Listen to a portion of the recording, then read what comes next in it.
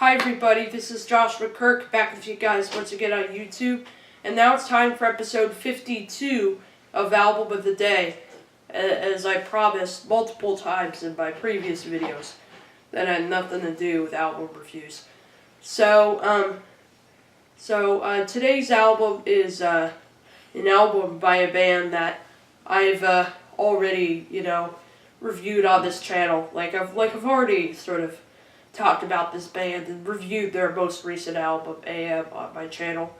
It's a rock band it's an alternative rock band from Sheffield, England, by the name of Arctic Monkeys, that started out, they played their first gig in a Sheffield pub, and, kind of went on from there. And then, right off the bat in 2005, when they released their first single, 5 Minutes with the Arctic Monkeys, right off the bat they started to get success and a pretty loyal fan base very quickly. And their first album, Whatever People Say I Am, That's What I'm Not, sold millions of copies and was just huge. I mean the British music the British music business was pretty much going nuts over that record, and so did the fans as well, so that record was huge. So they became a very big band very quickly. So they're besides Radiohead and Coldplay, Arctic Monkeys is another band from the UK, England area that, has just been really successful, both commercially and, critically as well. Their albums have usually gotten pretty heavy acclaim, that's for sure. So I'm here to review the Arctic Monkeys' second album, released in the spring of 2007, and by far my favorite of theirs.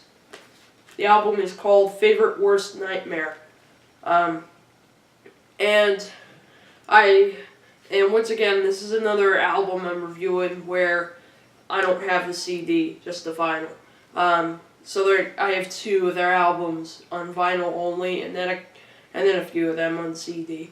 But anyway, here's a cover for this. Some awesome artwork on this album, I must say.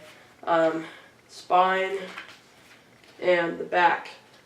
And on side 1, the tracks are Brainstorm, Teddy Picker, D is for Dangerous, Balaclava, Fluorescent Adolescent, and Only Ones Who Know.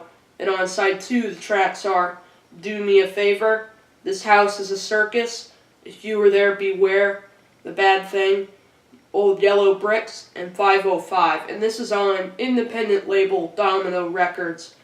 So they're the kind of band that they're one of those bands that have kind of an independent status because of their label, but in reality they're not really indie because they're so popular. But of course, they're the kind of band that, although they're successful, they knew they wanted to be on a label like Domino, because they found trying to sign with major labels quite troubling. Which kind of makes sense for a band who's really humble about who they are. And Arctic Monkeys are a band, they're pretty humble about who they are, so it made sense they signed with a label like Domino, who released a bunch of albums. Domino released some of Sebadoh's records in the UK only, while in the US Sebadoh's label was Sub Pop. And of course, Sebadoh is one of the most beloved indie rock bands out there, besides Modest Mouse or something like that. And there's the inside of the record. I cannot tell you how cool and colorful the artwork is. So it's kind of dark, but at the same time very playful and cool. And then there's a little excerpt from a poem in here. More artwork. No lyrics, sadly, which sucks, but oh well.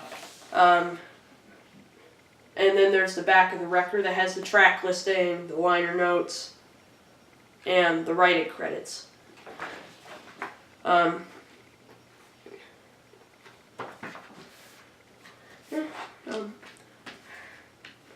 and then it comes on just one vinyl. There's side A, which has a track listing and everything, and then side B, which has another like kind of weird but cool somehow artwork image on there.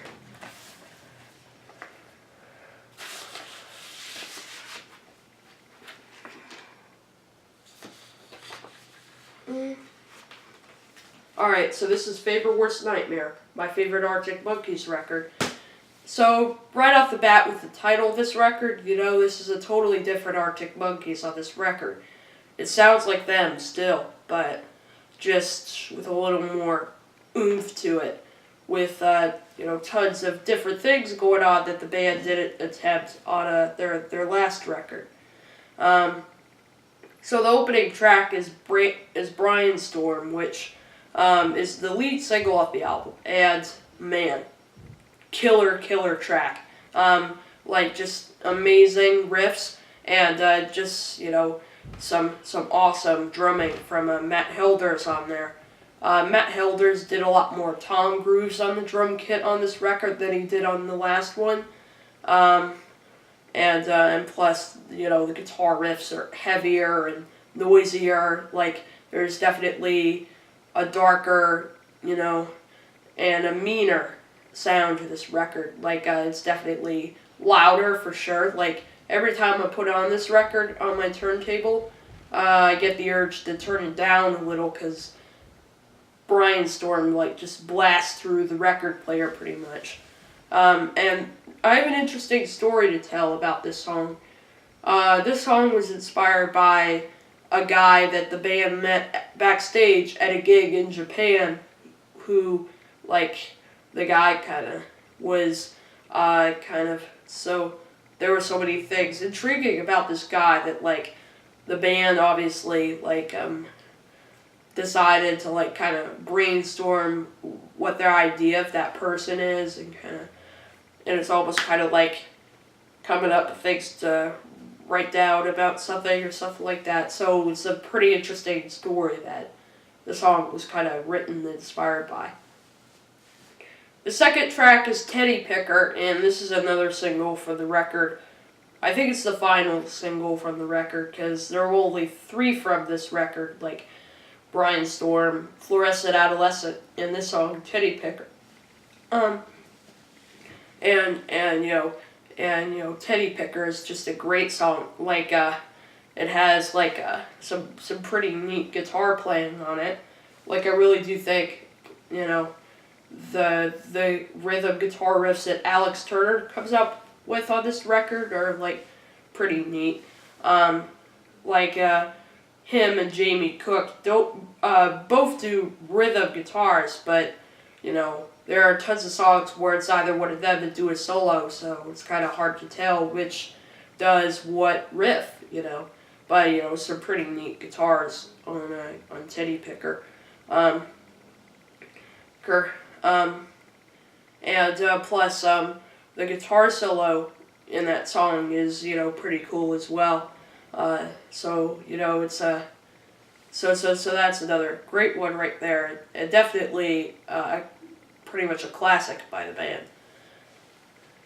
The third song is D is for Dangerous, and this is the second song the band has recorded with Matt Helders and Alex Turner doing trade-off lead vocals, which, is pretty cool. And, that song kind of, you can tell by the title, it introduces some of the darker lyrics that occur on the record, and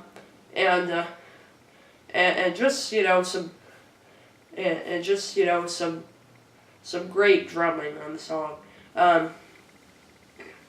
song, for sure. Another thing that makes this album different from their first record is Alex Turner's vocals are more distorted on this record. They sound a lot more muffled on this album than they did on the first one. I don't know what mic he was using, but anyway, there's a lot of distorted vocals going on this album. And then plus, another difference between this album and the first one is the tone of the bass. Andy Nicholson used to be the bassist for the band, and he played on their first record, but then he left because of fatigue, and then but then Nick O'Malley became his permanent replacement, and Nick O'Malley's bass riffs have a lot more fuzz on them, so there's definitely more distorted bass on this record. So it's kind of a new bass tone that Nick O'Malley has brought to the band after Andy Nicholson left.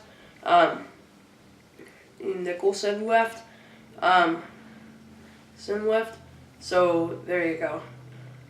Track number 4 is called Balaclava, and once again another song on the record that definitely shows off some pretty dark lyrics on it. And then there's some pretty clever lyrics on this one, including the line that goes, "The confidence is the balaclava. I'm sure you'll baffle them good." And plus the song really does showcase the pretty neat distorted bass rhythms that go on the record, and it's like a really fast song. There's plenty of fast tracks on here, and this is one of them that has a pretty fast guitar riff on it, and guitar riff, and at the end I heard a cowbell in there or something like that. And plus on D is for Dangerous, I swear I heard maybe a clave or something like that. The 5th song is Fluorescent Adolescent, and this is a song Alex Turner co-wrote with his girlfriend at the time, Johanna Bennett. And this is one of the better lyrical tracks on the record, definitely one of the more, standout lyrical tracks on the record. It's kind of a song that can relate to anyone who's dealt with tough times in their teens. So it's a song about how when you're young, life is fun and carefree, but as you get older, it isn't as fun anymore. I mean, life's still fun, but just not as, easy as it used to be. So it's kind of a song about how, people just kind of miss the easy life that, that was kind of involved in being a young kid. So this song kind of, rang true to me, because life used to be kind of fun and carefree in my opinion, but these days it isn't as fun as it used to be, because lots of stuff going on in my mind, and a lot of tough times I have to deal with. So it's kind of a song that kind of rang true to me. It kind of hit home for me, because it was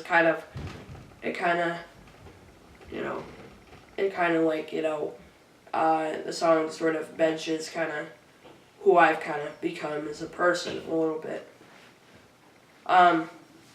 Track number 6 is Only Ones Who Know, and this is one of the first times the band has done a softer, quieter track, because usually the band's doing some pretty loud, rockers. They're similar to the Black Keys, only a little heavier than them, which makes sense, because they went on a tour with them a few years ago during the El Camino era, which that album was huge, believe me.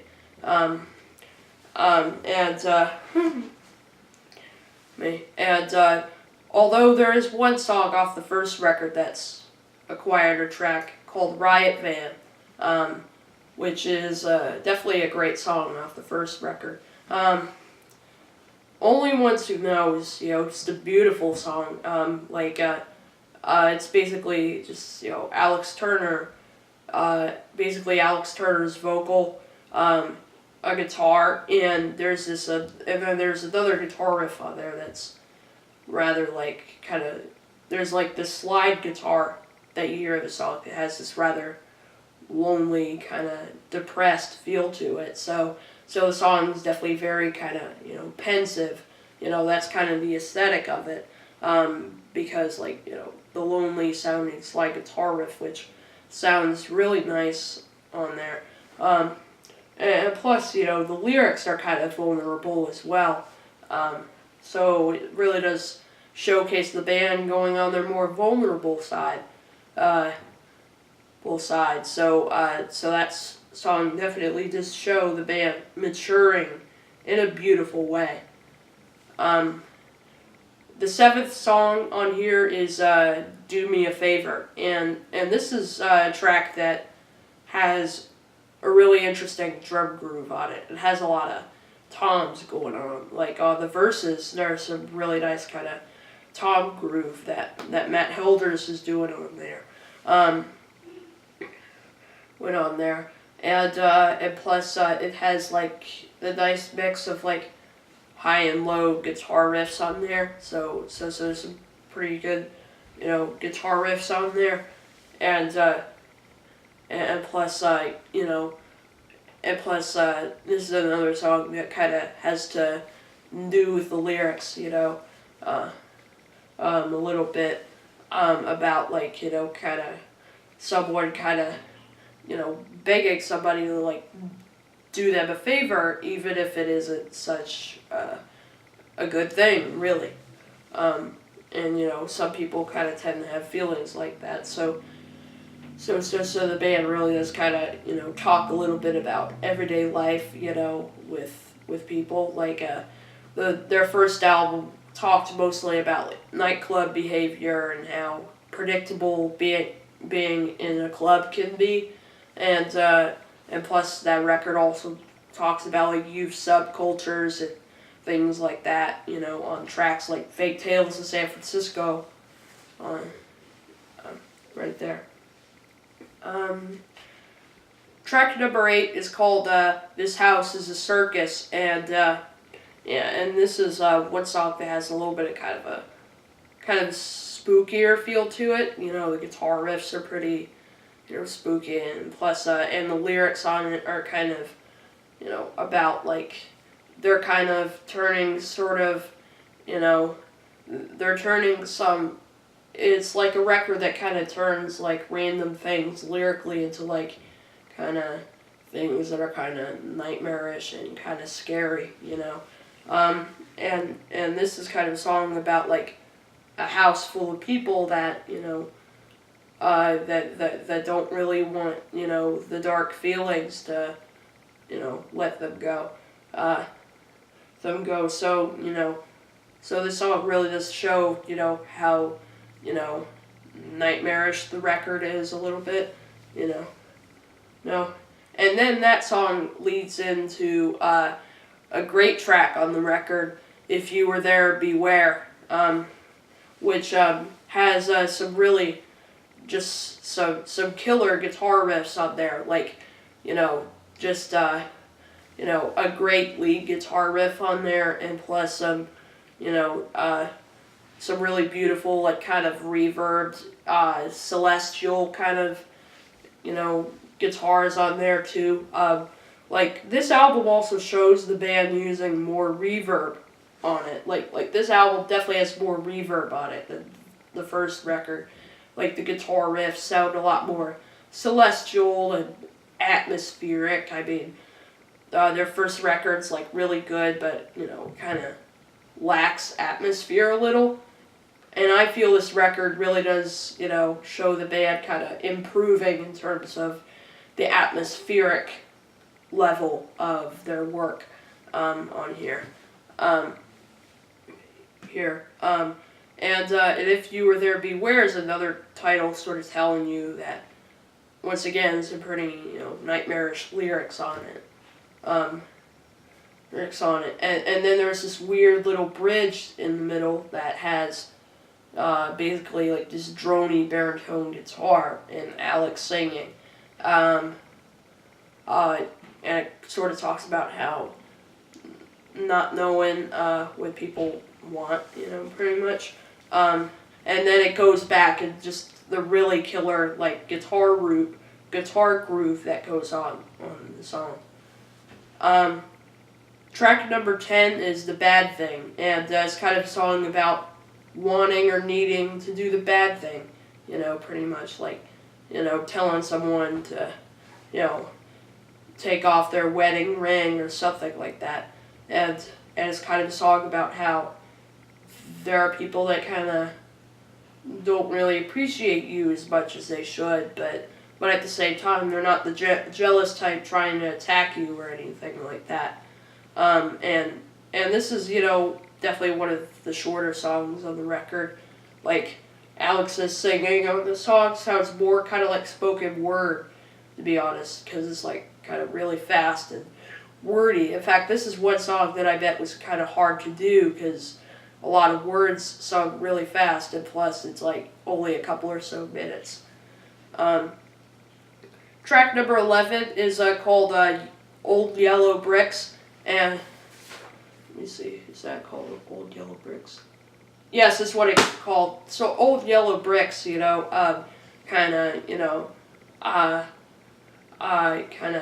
guitar riffs kind of sound a little bit like Teddy Picker a little bit on this one.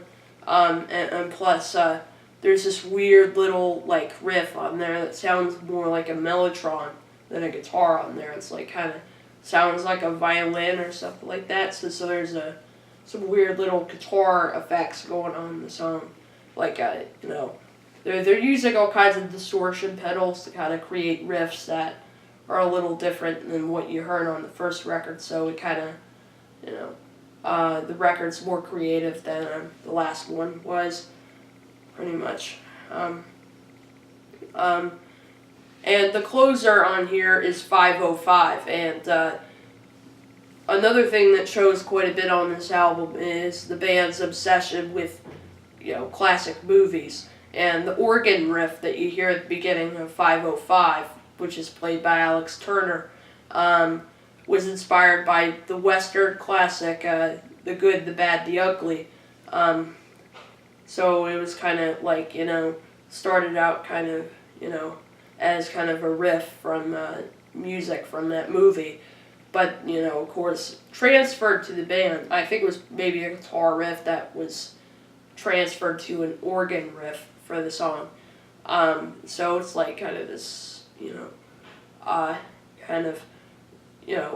this kind of, sleepy organ that goes on the song, which sounds pretty nice. And then Alex Turner kind of sounds like he's singing at a bar or something like that, because his voice is all echoing on this track.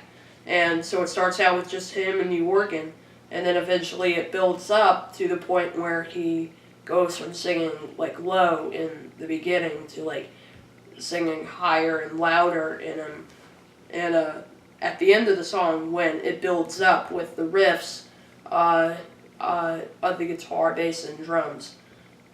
So 505's a great track. So overall, I really like this album. So I'm gonna, give this I'll probably give this an 8 or a 9 out of 10. Because it's a good album. So that's my review of Favorite Worst Nightmare. See you in episode 53.